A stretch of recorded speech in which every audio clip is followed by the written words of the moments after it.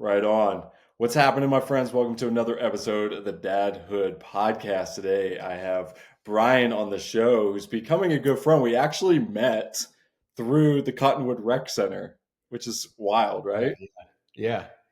Yeah, See you there daily. I haven't seen you for a couple weeks, but I know, dude. So, just so the listeners know, Brian's there like every single time I show up, he's already there. And you come in, and I'm like, man, this guy has been probably going at it for like 30 minutes already. And I'm just like nonchalantly coming in, but you motivate me and you drive me to step it up.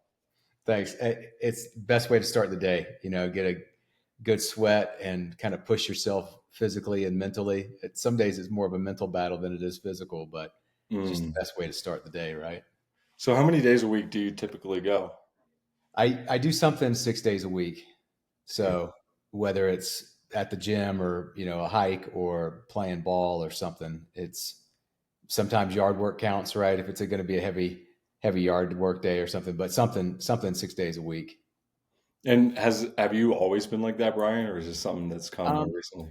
I grew up pretty, playing a lot of sports, kind of football, basketball, baseball, through high school and things. And then just have stayed active just with different sports. I pick up stuff and then played tennis for a little bit. I like to mountain bike some. I like golf. I really like being outside and hiking and things like that. So I got a bad knee, so I got to limit a little bit of what I do. So I feel like I've been pretty consistent for a while. Definitely helps a little bit with the aging, right? Dude, I was just like talking to someone else the other day about the importance of this. Like, I make the joke and the reference that the boatman is like he's paddling a little harder the older you go towards you, and you gotta get at it, right? And part of that is finding some kind of routine, some kind of exercise. And a lot of people want to jump to, go right to the gym or pick up a sport or something. But I was even saying it's as little as just like dedicating a walk, like a 30-minute walk every day, and we can all squeeze it in. We can all squeeze that time in somewhere, right? Yeah, definitely. And you mentioned, we may talk about a little bit about, consciousness and things like that. But lately, I've been doing a little bit of, just meditation or just kind of self-actualization in the morning. And I started in the sauna.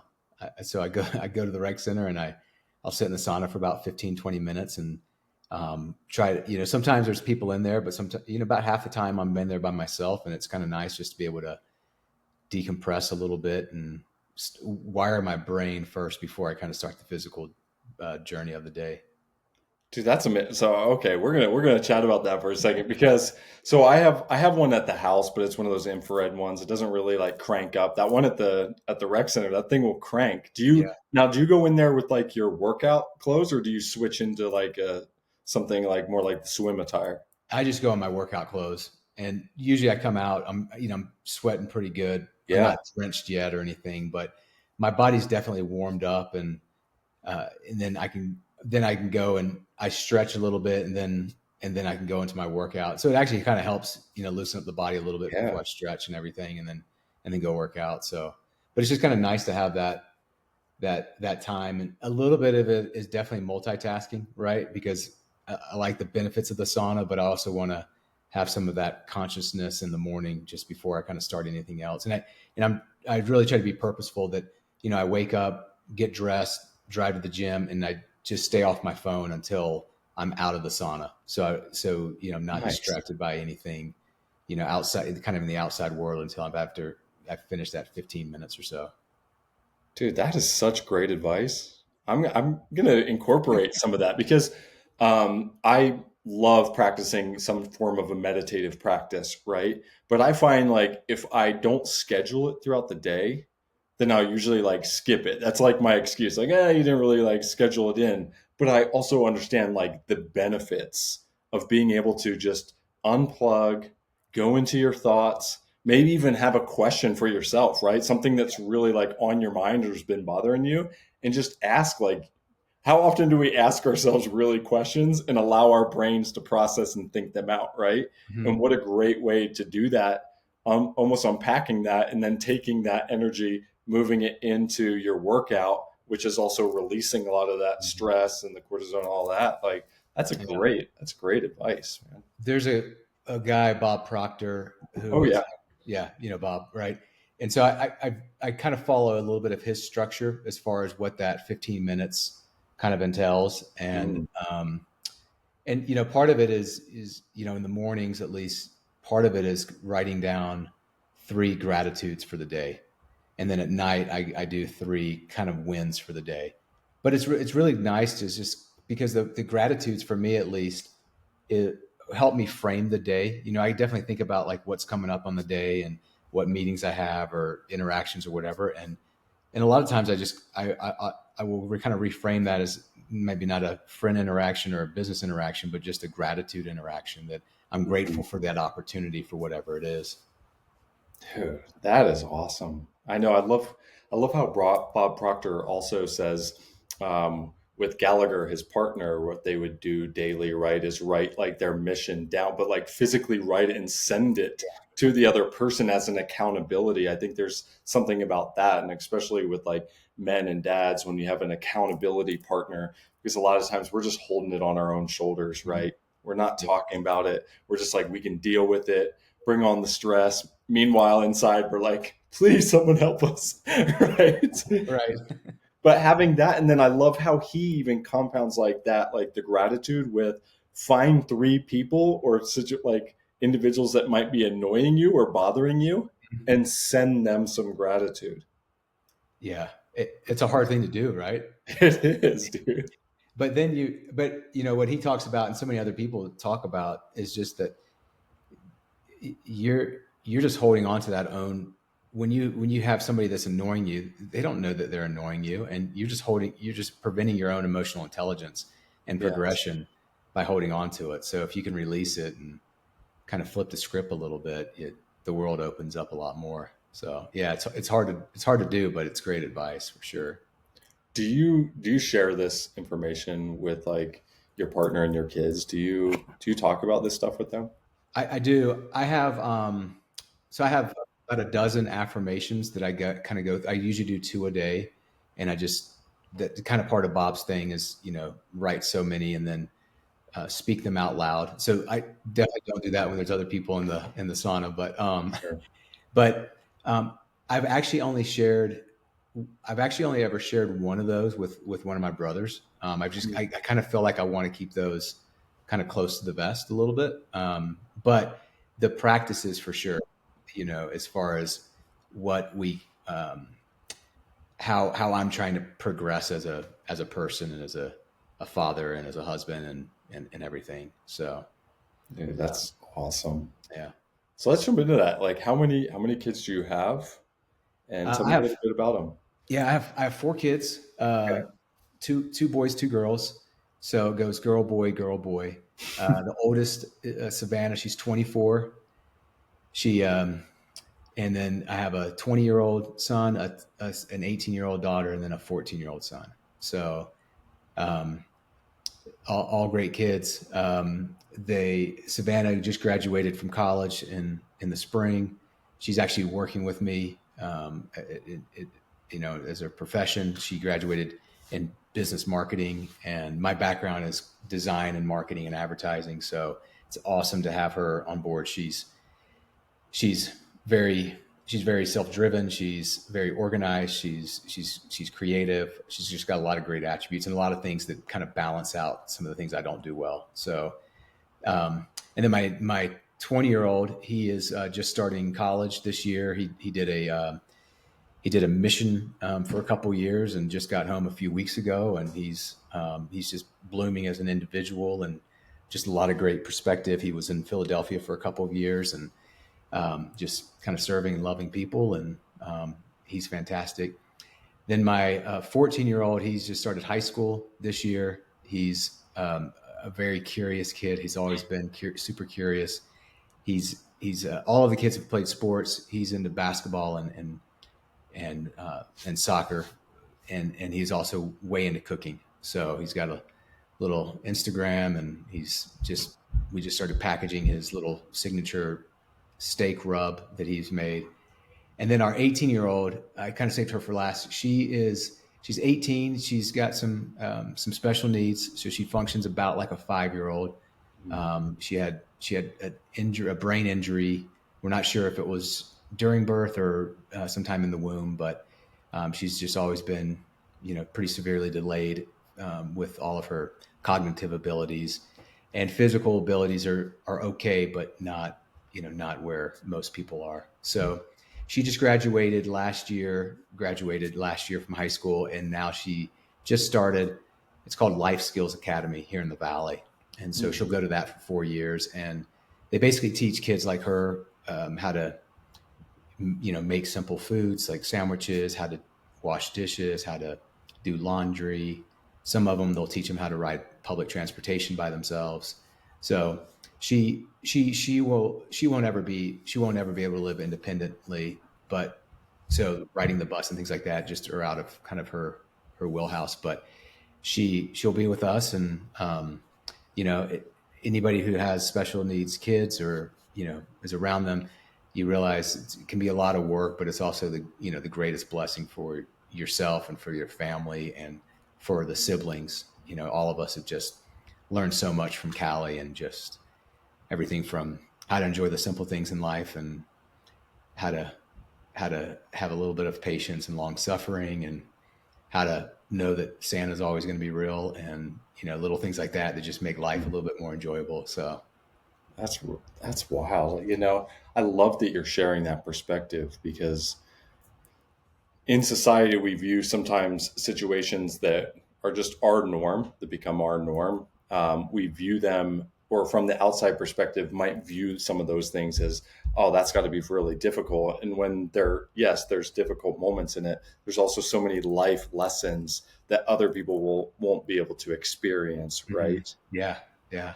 One of my partners at work, he's got a Down syndrome daughter, and she's a little bit younger. She's 9, but he uses a phrase a lot that I really like. He says, we're part of a club that we never knew we wanted to be part of.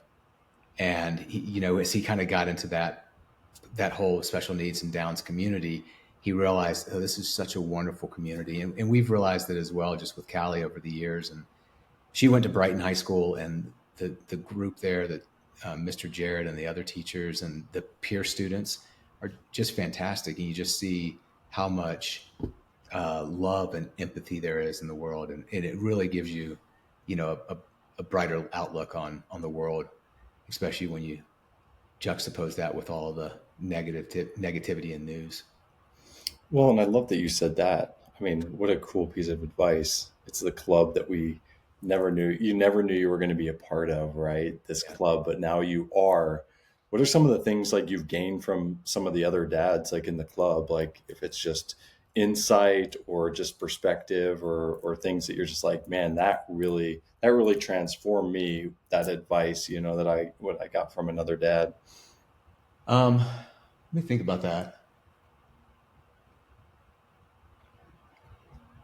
If I think about, there's a few kids who she's kind of grown up with, right, through middle school and definitely through high school and things like that. And there is she has a hard time communicating. And so a lot of times when she's not able to communicate, she gets frustrated, and it just ends up being an outburst. And sometimes that leads to some type of physical contact. And she's 18, she's full grown, and it can hurt, right? I mean, she's definitely made everybody in the family cry from real pain, right? And unfortunately, it happens at school, it happens at church, or just in public, or wherever, something kind of triggers her, and she's not able to adequately communicate how she's feeling. And there's one kid in particular that she's loved for years. And he's cute. He's a great kid, awesome family. And the thing and I see his parents a lot, and, the dads a lot of times will be in the corner all hanging together and everything. And the thing that I really appreciate about the kid, and also his dad, is just the patience, and the understanding that while his son may not act like Callie does when he's frustrated, there's a heightened level, I think, of understanding and empathy. And even though she's drawn blood before, there's been scratches, things like that. Nothing, luckily, major, but there's still that sense of kind of unconditional love that, hey, we get it, that it's hard for her, it's harder for her in some ways than it is for their son.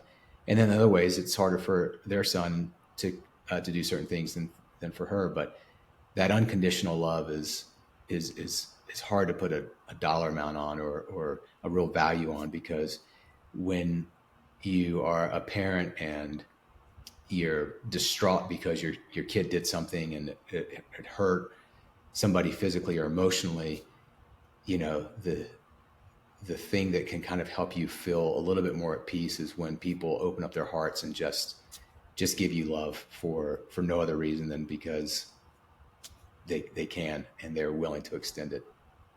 Yeah. Isn't that something we should try to thrive to be as like a society in general, right? And then on the flip side, it's a lot of times with those kids, you see that they are just they're oftentimes really, really happy. They're friendly. They aren't the best at personal spaces, right? And but there's something so endearing about that. And just, there's a couple kids that are just huggers. They just like to hug anybody and everybody. And they don't know, they can't read kind of the social cues like most people can, but they don't really care. They just see somebody and they want to hug them. And that's the thing, is sometimes I do. You realize somebody may need a hug, right? You can sense that their energy is a little off, but I think we're so guarded at times as far as kind of reaching out and really extending ourselves. And that's one of the things Callie and a lot of her friends do so well at, is they don't care. They have an emotion, they're going to express it, Right. Yeah. That's so wild. So your oldest daughter now too, she's working with you. That dynamic can be, I'm sure, exciting. And then also there's this other level too, where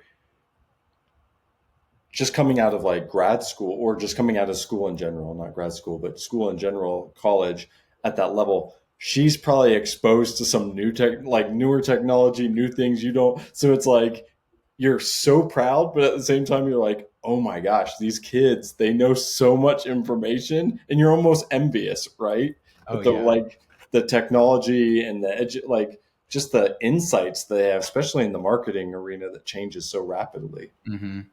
Yeah, and she's a quick learn. She can kind of get in and figure things out pretty quickly. And with our company now, we have some marketing software that we've created, and then we do some marketing services as well. There are so many new tools that are popping up every day, and I feel like I've been around technology for my entire career, but I'm still not a tech native like she is. And I mean, her age and even a little bit older, they've grown up with devices around them, and so there is still that speed of adoption that I'll always be playing catch up to. Right. It's just so wild. It's exciting, and I'm sure like having your kids like as they're aging, getting older and stuff. Can you tell me about like that dynamic, having, I mean, one that's in high school, one that's now working with you, like just the different ways that you're finding yourself interacting or showing up in parents, like a dad's stance with those different kids? Yeah, it's different, especially with her when she left the house and went to school and everything. There's definitely that shift in the family dynamic, and luckily she's enough of a homebody that she comes back enough. So I've never felt like it's been completely, and it never will be, zeroed out by any means. But there's still that shift. The house isn't as full and as whole as it once was, but um, the I feel like my wife and I have really good relationships with our kids. We've been their parent and we've been their friend when they've needed it, and we've been their coach, like literally coach and advisor and everything. But I feel like as the older they get, and another partner at work he talks about this a lot because all of his kids are out of the house now, is that he is fully moved from the parent role to the coaching role, Mm. and not, I mean, I coach basketball with the kids, but he's talking about real life coaching, where he can't really parent the kids like he could when they were, 10 or 8 or 16 or whatever, but he can coach them through life experiences based on what he's learned and seen along the way.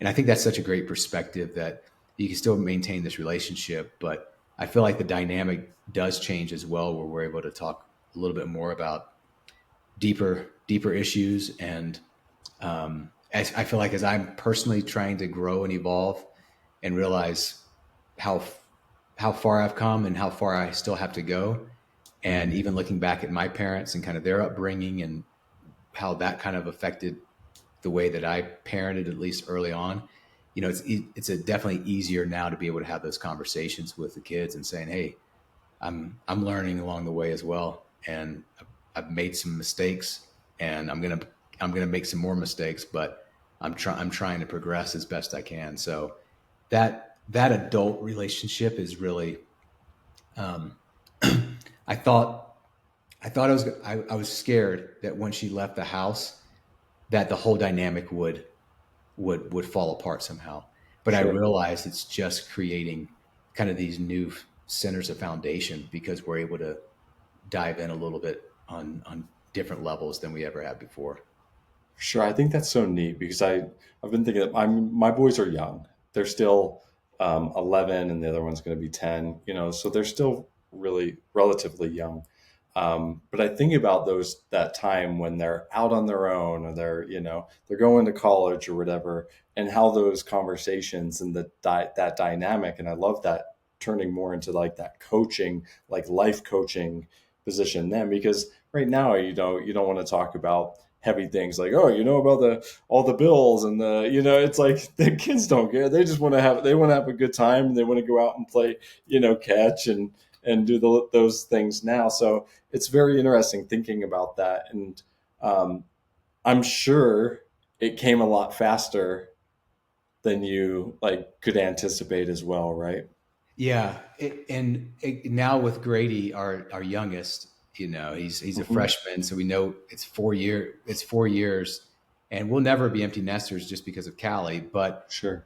as once he's playing soccer, and we travel a lot with that, and we soak up these moments saying, yeah, this may be the last time we do a soccer tournament in this city, Mm. right? And we've dotted the West for sure with the other kids with soccer tournaments, so that's kind of been a big part of kind of our family's lives, and so you just start to count those things a little bit and say, oh man, this is coming to an end. And so then you feel like, have I done enough? Have I, am I doing everything right now that I want to do? And um, you know, I I'm not I don't play the what if game really mentally, but just making sure that I'm as present as I possibly can be, and so that they know that dad's here, and he's gonna always be here, to love and support them. I love that, dude. You said something that really like captivated me because you just said we'll never truly be empty nesters. Like, how was processing that? Has that been challenging for you, or?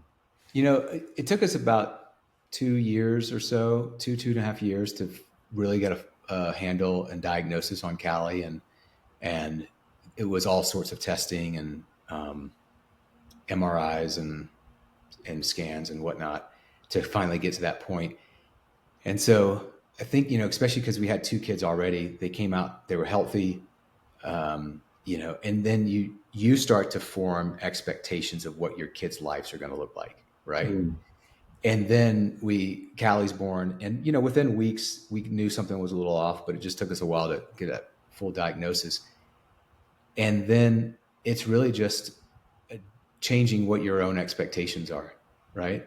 Callie Callie's expectations are completely different than anything that I ever had, and that I felt like I had to align to what she was going to be able to do, and where she felt like her life could evolve, as much as she may not comprehend that, kind of help her along. And so I think it took us, a few years to rewire a little bit for that. Sure. And then now it's just kind of been commonplace, right? We know she's going to be around, and we just about 2 weeks ago she turned 18, and so we had to go file for guardianship, and so now we're kind of entering this new phase where she's our legal guardian, and because she's 18, and she's on Medicaid now, and I mean all of these different phases of life, and it was kind of a big deal. The court proceeding.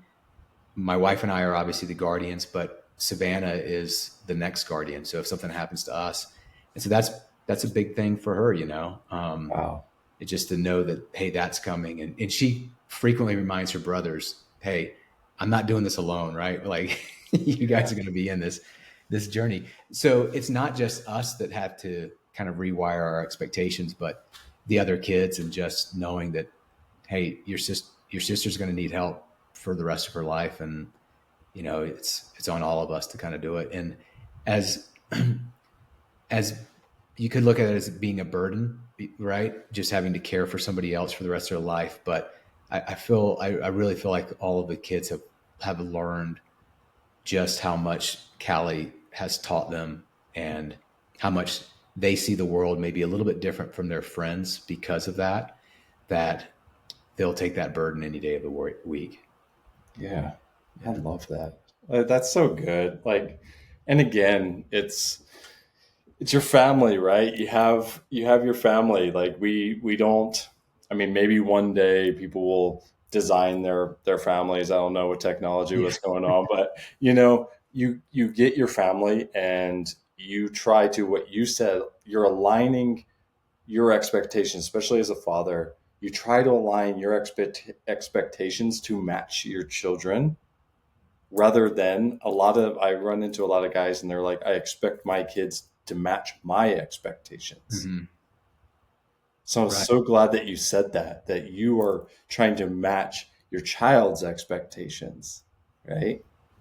And I feel like I'm a pretty driven person, and my background, I grew up in the South. We weren't well off. My dad grew up on a tobacco farm, and so I felt like my dad definitely worked for everything he was given in the world, and I feel like I've got some of that farm work ethic ingrained in me and in my siblings and everything, and so my kids I'm sure they would say that I push them maybe sometimes a little bit too hard, but on the flip side, as much as the work ethic as my dad had, my mom, one of her phrases as a mom was reach your potential.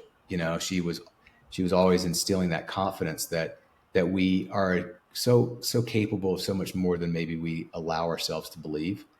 And so I felt like my mom helped me to see my future self really, really well, while my dad helped me figure out how to work towards that as hard as I could. And again, I know at times with my kids, I have not been the greatest at balancing those two. Sometimes I definitely maybe have pushed too hard, but those expectations, I don't want them to become complacent with who they are, but realize that they have this infinite potential built within them. And, it's going to take a little bit of work to realize it. Absolutely. We all have this infinite potential, and it's not, but when I'm saying that, I'm also stressing the fact that that's not easy. Mm-hmm. But you won't ever even recognize a quarter of it if you're not out there just trying a little bit more. Maybe, at your work, you work a little harder, or at home, you're working a little harder on your relationship, or as a dad, you're spending a little more time disconnecting and giving your full attention to your kids. But this potential that's in us to be a better version, it's there. It's dormant. We just have to fire it up a little bit, right? Yeah. Yeah. Yep. I'm not sure if you've read the book Grit. I haven't read that one. No. It's by Angela Duckworth, but it's kind of a business book, kind of a parenting book, but it's it's something that we've had the kids read. It's what I love the book, but it really is how do you develop grit within yourself, Mm. or within, help other people develop. And from at least a parenting standpoint, the two things that she really talks about is that parents have to be they have to be supportive, and they have to be demanding. And there's a lot of different flavors of how that happens. And she uses Steve Young as an example, Mhm. and kind of his upbringing, and then she uses an artist, I believe, that was raised in, I think in San Francisco. Both parents had completely different parenting styles, but at the core, they were both very demanding of their kids, and also very supportive. And I realized that this, those are such key things of helping you see that potential in yourself, and also helping demand some of that work. And she talks about effort a lot, in the book, and just demanding that effort so that you can ultimately realize that potential. Yeah, no, that's so good. My whole family, we all do Taekwondo together, and constantly, the grandmaster will come in, you know, um, maybe we get him like once a month. He'll come in and do one of the classes, but when he does, he gives a lot of philosophy, and he'll talk about the fact that like when you're at the class, you're not here for just to learn from me. You're here for yourself, right? And at the end of the day, we have to understand like the value of that, that it's how we're showing up when nobody else like cares, when no one else is watching, when no one else cares. How are you showing up, and what effort are you putting in for yourself and your own personal growth, rather than just to try to get the accolades or somebody else to tell you, hey, good job, or you're doing well, Yeah. right? And Yep. instilling that and trying to raise that in children, it can be very challenging, especially right now in this. I think the digital world that praises these influencers or content creators that maybe are building their platforms not off of like work ethic and accountability, kindness, right? Mhm. But they're building it off of what vehicle they have and what are they flexing and all of this stuff, and it can be very challenging, I feel. And especially I'd love your insight with having your son in high school, what you're running in with him, and some of the circles or some of the influences that are around him, and how you kind of like help navigate some of that. Yeah, it's tough. There is so much focus on me these days, right? On Mhm. being, self-centered, and getting yours, and everything. And it's tough. It's tough to combat, because you see people, and I mean, we're all susceptible to it. You see other people with great things. And um, I just read Mel Robbins' book, Let Them. And Yes, you so know, good. and it's great. She's fantastic, and the way that she articulates that whole message of use that as a motivator, not as a something that's you're going to create resentment within yourself. Mhm. If there are things in life that you are striving for, um, but at the core, I really feel like it comes. The tricky thing in life, right, is that the more we forget about ourselves, the more we feel fulfilled within ourselves. And but the world teaches us it's so many twists and turns that we need to put all the attention on us. And so in high school, and this is another great thing about Callie, is that Grady has been around enough other kids who are putting kids like Callie first, and Mhm. they're hosting dances and events, and taking them out to lunches, and on taking them on dates and things, and I just last weekend we were talking about his, what he and his friends could do to start to do some service type projects together, that are just other than just coming and hanging out, and playing and stuff. That's all good and dandy, and Sure. needed, but how do you take the relationships with your friends maybe another layer? And I really am a big believer in just serving others is a great way to forget about yourself. And um, and the world seems to settle down a little bit. My background is graphic design, and I'm a pretty creative person. And when I start to feel like I'm woe is me in I've got all these problems. I usually, if I can catch my breath, if it's in the sauna or wherever, I really realize, okay, what can I go do for somebody else right now? And usually for me, it's go make them something, I make some type of physical little gift for them. And if it's an hour, or if it's a 5-hour project, doesn't matter. It ultimately would just kind of calm me down a little bit and say, okay, yeah, it's not about me. Somebody else has got way bigger issues or challenges right now than I do. Oh, that's so good. Brian, I want to play a little game. So I made these. It's called the Dad Deck. So I created these cards as just conversation starters, where dads can play with their kids, or they can just pull one out. This would be great if you were like someone that doesn't maybe journal but wants to do like a pre-sauna thing. You can pull one out as a question and kind of reflect on it when you're in there, right? But I'm going to spread them out. You tell me when to stop, and then we're just going to go with whatever questions on it. Stop. Okay, here we go. All right.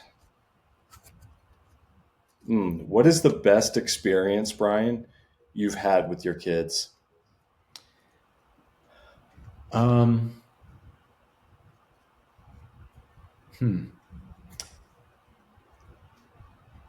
It's got to be some of the traveling, right? I mean, that's where you make so many core memories with your family.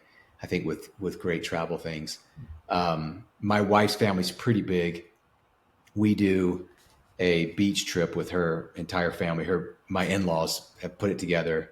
We've been married 27 years. It's been going on long before I was even part of the family. This year, it's always over the 4th of July in North Carolina. And this year, I think we had 68 people there together. Wow. And it's just grown every year. Next year we'll be in the 70s somewhere. And it sounds like chaos. A lot of times it is, but it's also one of the best. It's everybody's favorite week of the year. It's because you've got all these different dynamics. People know and love each other. We've got so many traditions kind of built into it that, some of the years may blend together over time, but that time at the beach in North Topsail, North Carolina is priceless for us, and it's just something that none of us would ever give up. So that's definitely ingrained into all of our fibers is being at the beach together with all the family and cousins and everything. That is so great, because that was something earlier kind of reflecting on, is this concept that you have the financial bank, right? And you worry about how much money can we put in that bank so we can pay for everything else. We don't realize like that there's an emotional, just like there's a spiritual bank and all of it. And it's like, how are you paying into that like emotional, that like heartfelt bank? And I feel like those are the moments that no matter what's happening in life, if you're having a rough time, you can just pull those moments out and you're like, but man, the gratitude, speaking about that gratitude, like this is why it's all worth it. Right. Yeah. The other thing that definitely comes to mind is my mom worked at the Road Home, the homeless shelter, for about 20 years. Wow. And one year, and so we were down there a lot, just helping and doing things here and there. And one year, one of the organizers of one of the facilities called my brother and said, hey, it was the week before Christmas. We had a group set up to do Christmas dinner at one of the facilities, and they just backed out. And do you guys know anybody that could pitch in? And so my brother said, we'll do it. And so it was less than a week before Christmas, about 600 plates of food that we had to figure out how to do. And so that first year was such a scramble. We had neighbors baking hams and making mashed potatoes. And then like the kitchen there, the facility was like a 8x8 closet. I mean, it was tiny and everything, but we all dug in, we did it. And then we've just done it every year since. It's I think 15, 16 years now that we've been doing that on Christmas Day. And especially, 15 years ago, when the kids are all really young, right? Savannah's 9 or so. You wake up and it's like, I'm playing with toys all day. And then we're like, at 10:30, we're done with Christmas and we've got to load up. We got to go down and do lunch for a few hours. And as the kids got older, those toys and everything become a little bit less and less important. And that tradition and of just going down there and serving, and everybody had a role, right? Everybody was doing something, regardless of how old they were. And so that's been really great. It kind of goes back to that whole service thing of just, especially on a day like Christmas, where it can be a little bit you focused on what toys you got or what presents you got and things like that, of being able to just cut it short a little bit and then go help some others. And realizing also that where you may be in a fortunate position to where you're having, your family around to have Christmas and to have toys and to celebrate the holiday, there's a lot of other individuals that it's not a great time of year. No, it's not. And being able to just go and share a little love and talk with them, just visit with them and load them up with as much food. And usually we try to get some little gifts and things like that to go along with it. So it's definitely helps with the perspective.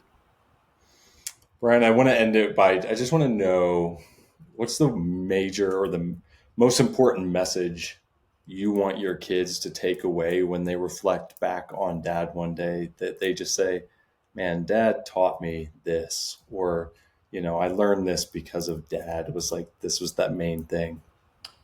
I know they're going to have countless jokes about me, and, they've already done plenty of videos kind of imitating me and my idiosyncrasies and things. But as far as a message, I hope it's love, just to love one another and to have some empathy, to realize that everybody is on their own journey, and it's not our job to pull them onto our journey, but it's our job to love them on theirs. And if we can help them progress along their way and we can progress along our way, that's a win-win. Well said, Brian. Thank you so much, man, for your time today, for jumping on the podcast, sharing your message. Can I share? This may be unconventional for a podcast, but please. Can I share something with you in the house? Absolutely. It means I'm going to have to get the computer up and move around. Is that let's go. Okay. So I mentioned my background's design. Yes. And I've done some large murals for people and for work and things over the years. And I did one for some family down in Arizona about 8 or 9 years ago. And ever since then, the kids have been like, hey, we want to do one of those for our house. And I said, okay, great. Let's do it. And we moved into this house about a year ago. And just a few weeks ago, I finally got this mural installed. But the mural is a collection of all of the inside jokes that our family has. And, all of our favorite restaurants, our favorite sports teams, favorite movie quotes, all things like that. So when you talk about, a podcast like yours, which is so awesome. I love that you're doing this. This is really great. Every family has stuff like this. And for me, it was just a great way to finally be able to capture all of those little family stories and display them. So I'm going to walk out here and do my best to. So. Oh my gosh, this is awesome. So this is I'll do my best to kind of. So this is part of the wall here, and it goes. What? It goes down here. Did you get this made into wallpaper? It pops up, and I will. So this whole wall here. So, like for instance, I talked about soccer. So there's a list of soccer cities we've been to over the years, and me and my son went to the Masters a few years ago, and my son Emerson is named after Ralph Waldo Emerson, and some of our favorite bands, and there's a little illustration of us from a few years ago. But every family has stuff like this, and it's just kind of a way of capturing some of that and putting it on your walls, so you guys can, we go back and we sit down here and we can joke about all those memories from 5 years ago, 10 years ago, 15 years ago, or whenever. Dude, okay. I'm going to say this straight up. That is the coolest thing, not only I've seen on the podcast, my brain is just like running with that. That was so awesome, Brian. Like, did you get it, like, because you designed it all, but then how did you get it up? Was it like a wallpaper company?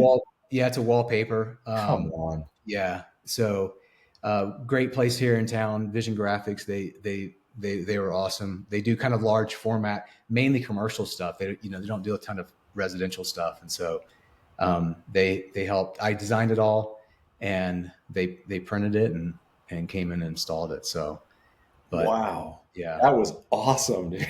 Yeah. I hope it's not, I don't want to be like self-indulgent or anything like that, but it felt like it was relevant to the kind of the whole dadhood thing. Right. And just, these are those memories you make with your kids, throughout the years. And we literally, I don't have it here, but we literally had this notebook, just little wire bound notebook in our junk drawer in our kitchen for, 8 years, that anytime something felt like it stuck, the kids would say, we got to put that on the wall.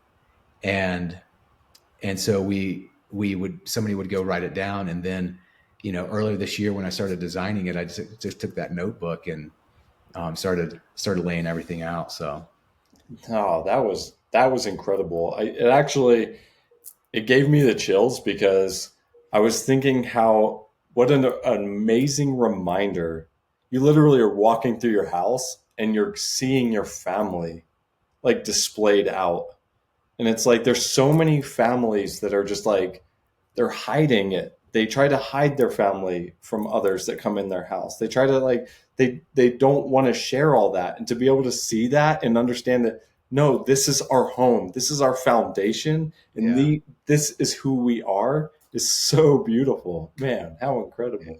Yeah, and everybody's getting jabbed on that wall. Like, everybody's getting made fun of. There's something on there, plenty of things on there that's making fun of everybody. But that's the beauty too, right?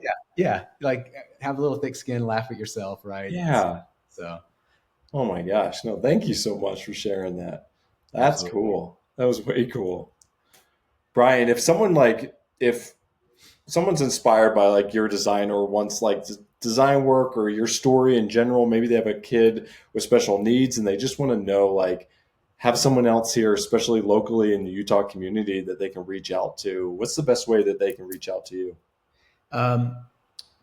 Probably they can hit me up on Instagram, BK Deaver, and I also have one called Thank You Amy, AIMEE. Thank You Amy. It's just Instagram I've been doing for a while, just when I catch my wife doing little things that make the house click, make me happy, that I just appreciate, I post on that one probably more regularly than my own personal one, but yeah, BK Deaver or Thank You Amy. Brian, well, thank you. Thanks for showing up, not only on the show, but more importantly, showing up in a way that's inspiring, like what you're doing, how you're raising your family, just what you said, how you're elevating your wife through an Instagram channel. I mean, come on, this is the example of what we're trying to do here. So thank you, Brian, so much. Hey, thanks for having me on, Thomas. And thanks for doing this podcast. It's really great. Appreciate it. Hey, Dadhood, I be repping Dadhood. Let's go.